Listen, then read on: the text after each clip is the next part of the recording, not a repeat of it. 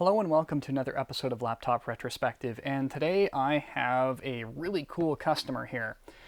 This is a ThinkPad E14 Gen 1, and this is the Intel variant, and there is actually a lot to talk about with these, so let's dive right into it. First things first, the Intel variant was the first out of the two to be released in 2019. The AMD variant came in 2020. Now, just looking at the top case of this, the chassis came in a variety of different flavors. You could get the top and or bottom either in an ABS polycarbonate plastic or an aluminum chassis. Now, this one has both the aluminum top and the aluminum bottom, but that wasn't necessarily standard, and you can get any combination of the two. In terms of what we're looking at on the inside is a fully functional ThinkPad in every sense of the word, including that 180-degree lie flat screen. We are looking at a 14-inch 1920 by 1080 panel, and it either came in a TN 220 nit 400:1 or the IPS 250 nit 700:1. Regardless of your choice, you had the 720p web camera and microphone array at the top, and ThinkShutter is standard, which is really cool to see. We do, of course, have the classic ThinkPad keyboard, which is replaceable from the bottom. You'll note that because of where the chassis cutouts are.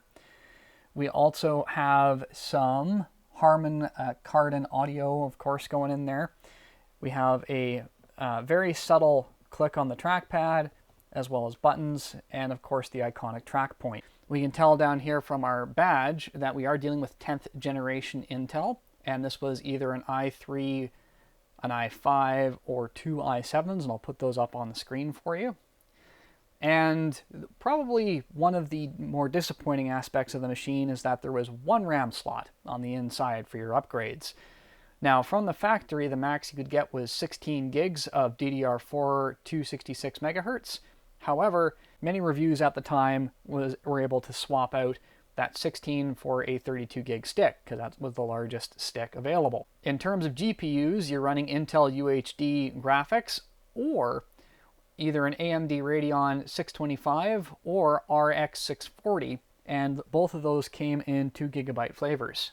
I should also mention before we get too carried away that this was available in black or silver. And last but not least, the entire thing is powered by a 45 watt-hour battery. So let's take a quick tour of some of the ports. On the left-hand side, we have USB Type-C, which is for charging as well, two USB 3.1 Gen 1, HDMI 1.4B, a headphone microphone combo jack. Along the front, we have absolutely nothing. And then on the right-hand slide, we have the Kensington lock slot, full-size Ethernet port, USB 2.0, oddly enough. And unfortunately, we don't have any sort of card slot on this whatsoever, which is a bit too bad. So let's flip this thing over and do a bit of disassembly. And of course, what we'll need is our trusty screwdriver, and then just to spin out all of the screws along the edges. Now, despite it being the E-series, these screws remain captive, which is fantastic to see on something that is supposed to be more budget conscious than the T-series. Now, one thing that we will note is once we open this thing up is that it actually has an advantage over the T-series that we might not normally expect to see.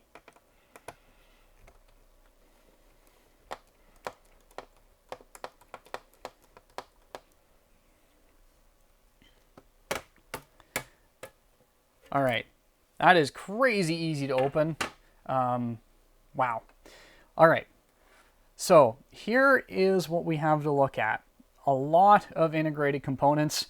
I just love this comically long heat pipe that's just making the walk.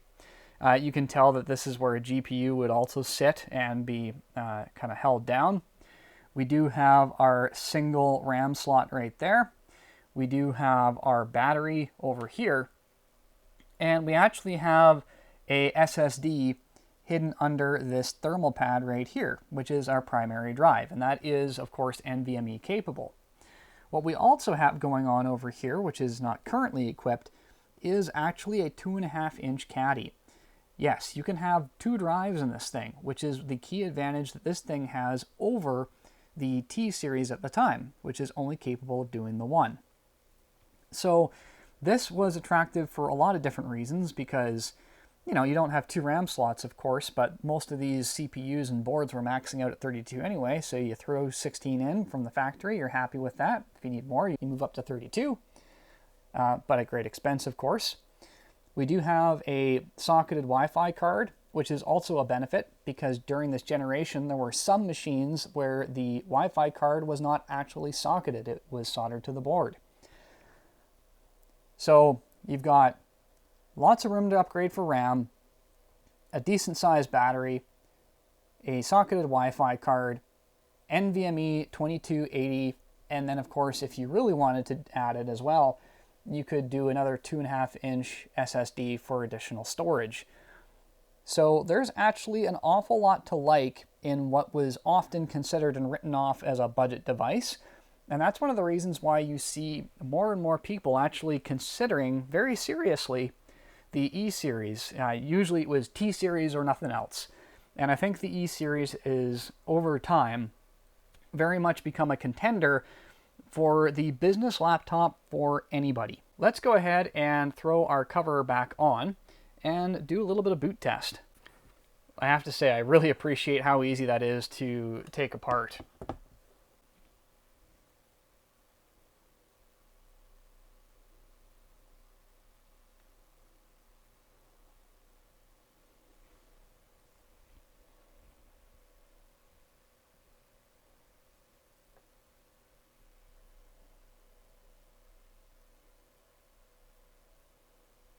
Lovely.